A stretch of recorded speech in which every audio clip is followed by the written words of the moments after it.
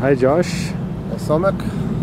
So can you share with us when you got involved with patterns? Yes, I got involved in patterns through the software field, and in the mid 90s, around, what was it? I guess it was 1995.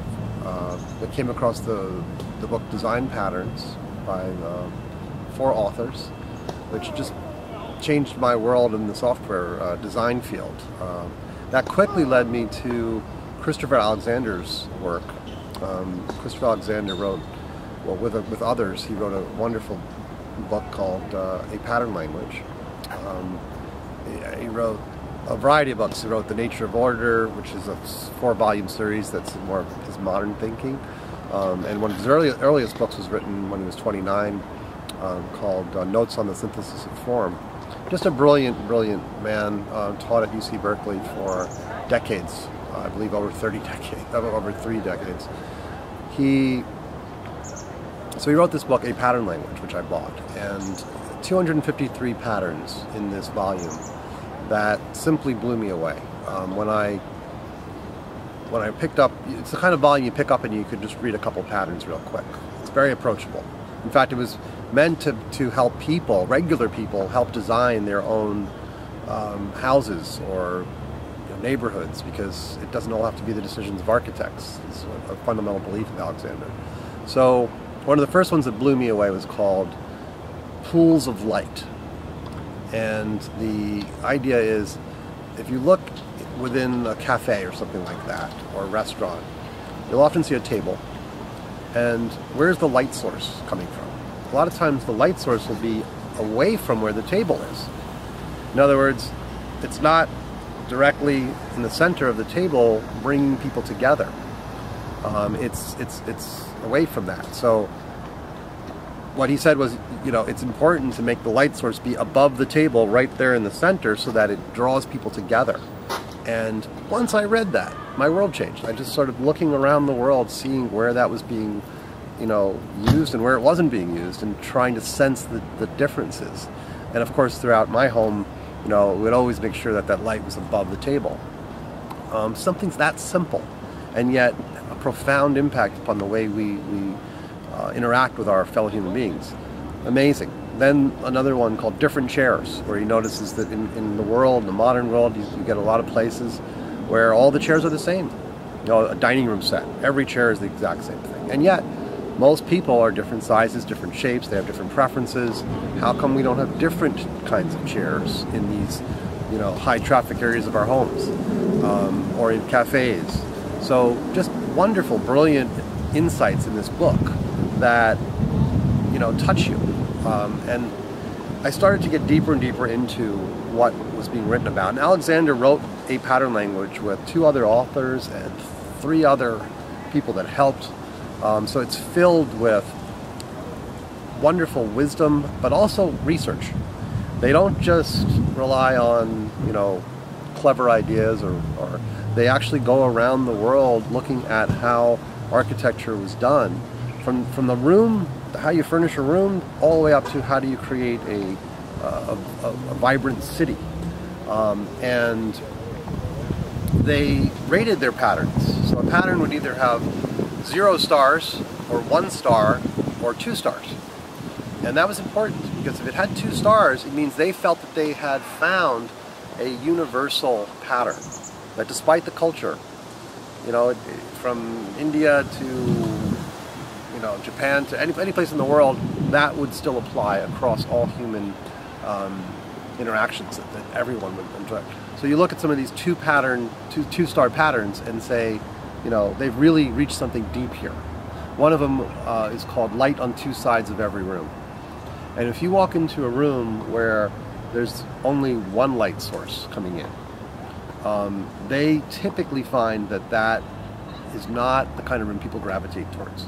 People want to be in rooms where there's light on multiple sides of the room. So just something that simple as that, light on 2 sides of every room. They showed various ways that it's done, and even said there are situations where there's only 1 light source, but because that light source actually bounces off the wall, in a way that makes it almost like a second light source, that's a viable option for light on two sides of every room. So it's not like this, it must be this way. It's contextual. So we bought our house in Berkeley in 2001, and I mean, almost every single room had light on two sides of every room. It just had this wonderful, feeling about it.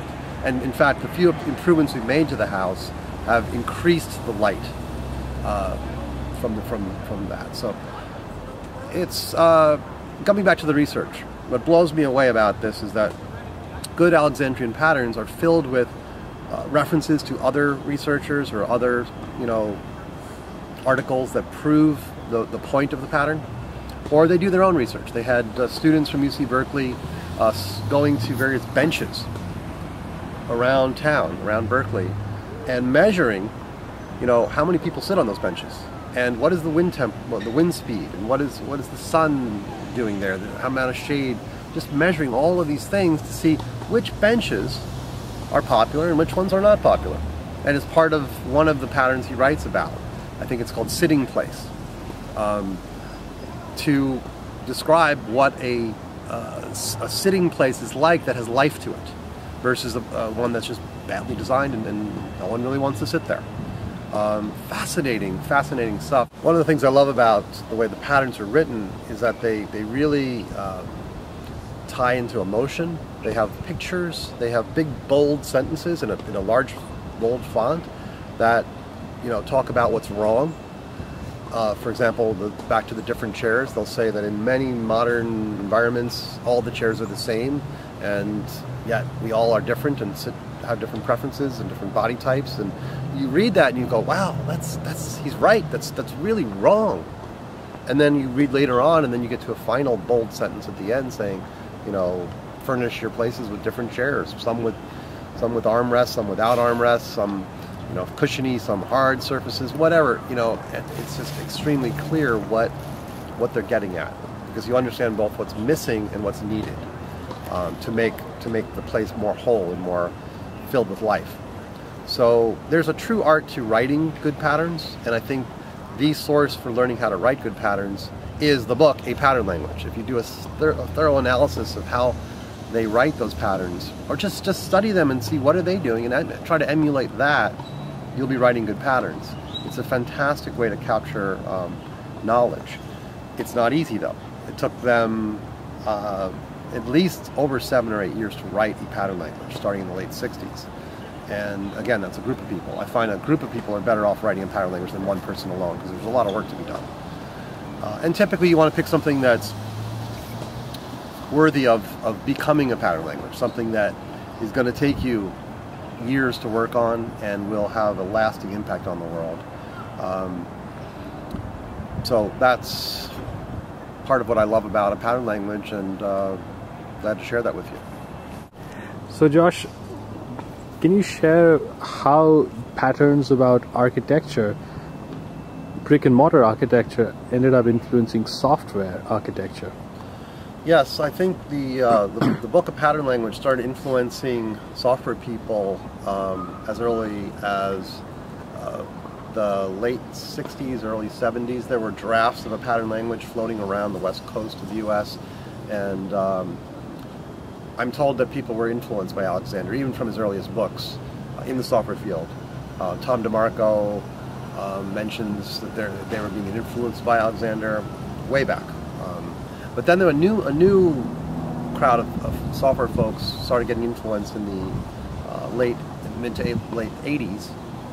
People like Ward Cunningham and Kent Beck were studying what Alexander did, hoping to bring it to the software field, because in software we're also building these complex structures that impact people's lives, and how can we describe the complex art of software design in the pattern form. So people were beginning to do work on this in the late 80s, early 90s, and the movement really started to gain momentum once the pivotal book Design Patterns came out in 1994. And that book changed my career. It certainly made me realize that there was a lot of deep object-oriented knowledge that I didn't yet have about how to write good object-oriented software, it kind of diverged from the Alexandrian form.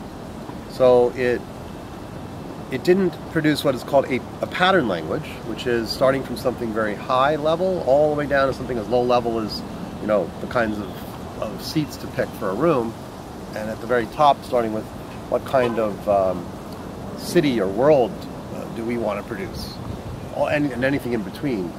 That's a pattern language. There's a large patterns down to very small patterns in a pattern language, and the patterns help complete, the smaller patterns help complete the larger patterns.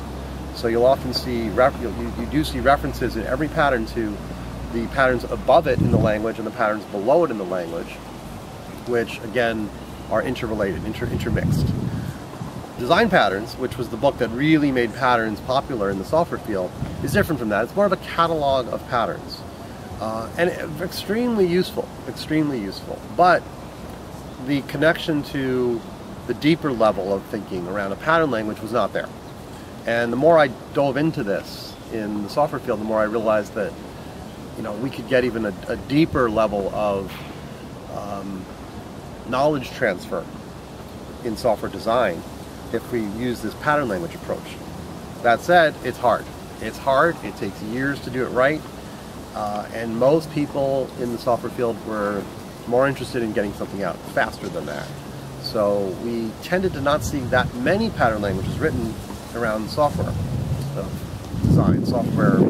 It ended up becoming so influential in the software field that it went beyond software design to anything in software that that matters, even down to Linda Rising and her co-author, God, I'm not thinking of it this moment, I'm so sorry, wrote a book called Fearless Change, which is a pattern language about making changes in organizations. Because it's an important part of software. We often have to change the organization in order to do a better job at creating software. So it's really spread out. There are hundreds of patterns books at this point in the software field, and some of them are excellent, some of them are not so good, of course, and many of them are not so good. But people like Linda, who are very deeply involved in the patterns movement, are really producing wonderful pattern languages. And they're more and more like a pattern language, like Christopher Alexander's pivotal work.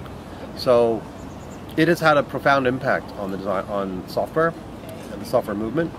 And I think that it will continue to do so as I hope people learn to produce languages as important as a pattern language in our own field of software. But again, not a lot of people have the patience to produce lasting works that take 5, 6, 7, 10 years to produce. That's rare probably in any field, but certainly in the software field we don't see that as much. It's a challenge to produce these things. So I'm hopeful we can inspire people to pay attention to this important thing and help transmit knowledge that way. So since you've talked about patterns and pattern languages, how do you distinguish? So suppose somebody in the field of strategic analysis were to start mining or creating pattern languages. It seems that there could be room for confusion. How do you distinguish one from the other, a pattern and a pattern language?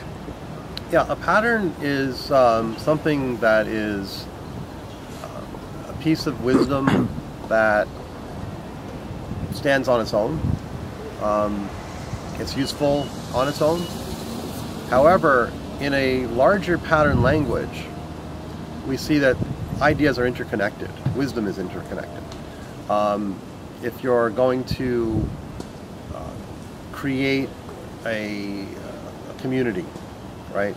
A physical community, right? You're going to produce a physical community. There are going to be patterns that will help you implement that community downstream, right? The distance between houses, the kind of light sources you want to have, or the counterintuitive concept of building the buildings on the ugliest parts of the landscape because you want to preserve the prettiest parts instead of, you know, hey, that's the prettiest part, let's build my house there, you know, things like that. So there are patterns that complete other patterns. They help you implement, they help you produce a whole. And that's really the nature of pattern language thinking, is that there's extremely high level, important patterns that are just very harder to grasp, and then the other ones below it which help you implement.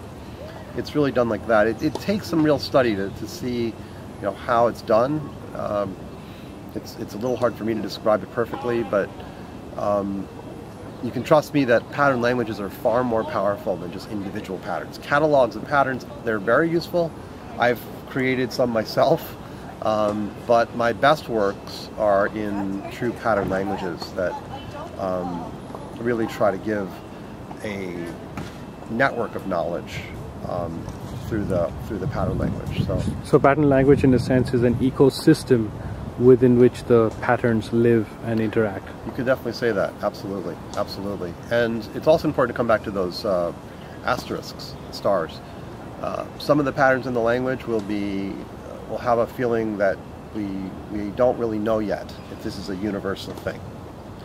They have 0 stars.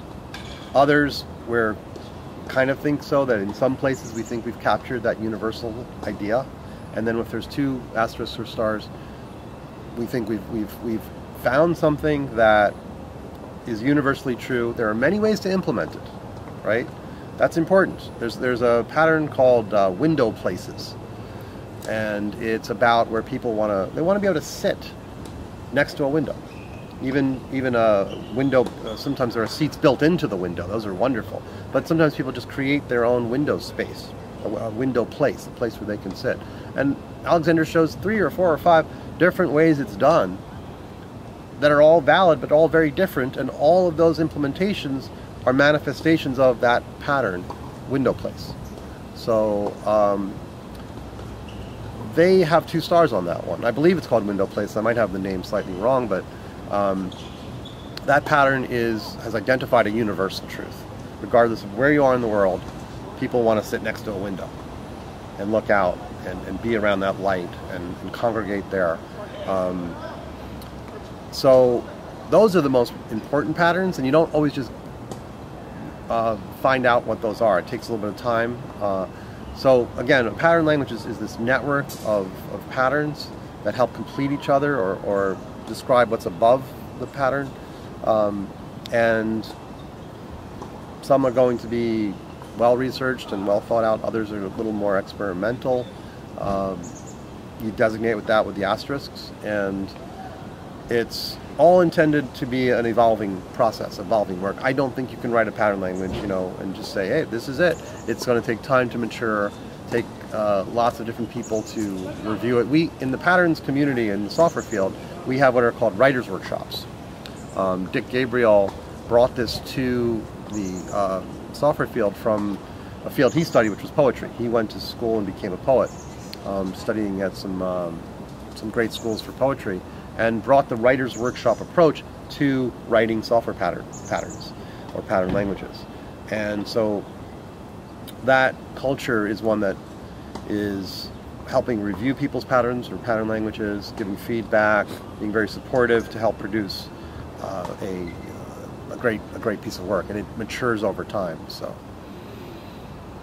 what in closing comments, what would you say is the biggest reason people in any community of knowledge should consider mining their pattern language? I would say that in any community of knowledge, mining the patterns is something that can yield some real gems, some real amazingly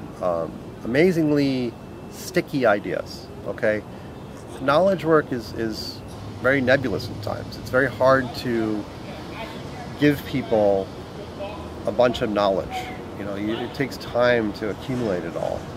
What I found with a pattern language is that it's one of the highest speed ways to transmit deep knowledge that I've ever encountered. I mean, as I explained earlier, some of the patterns I'd read just instantaneously became part of me, because they were written in such a way that was and illustrated in such a way that just boom, I can understand it. That speed of transmitting deep knowledge to me is extraordinarily important to why any any community of knowledge ought to be looking at patterns as a way to transmit knowledge.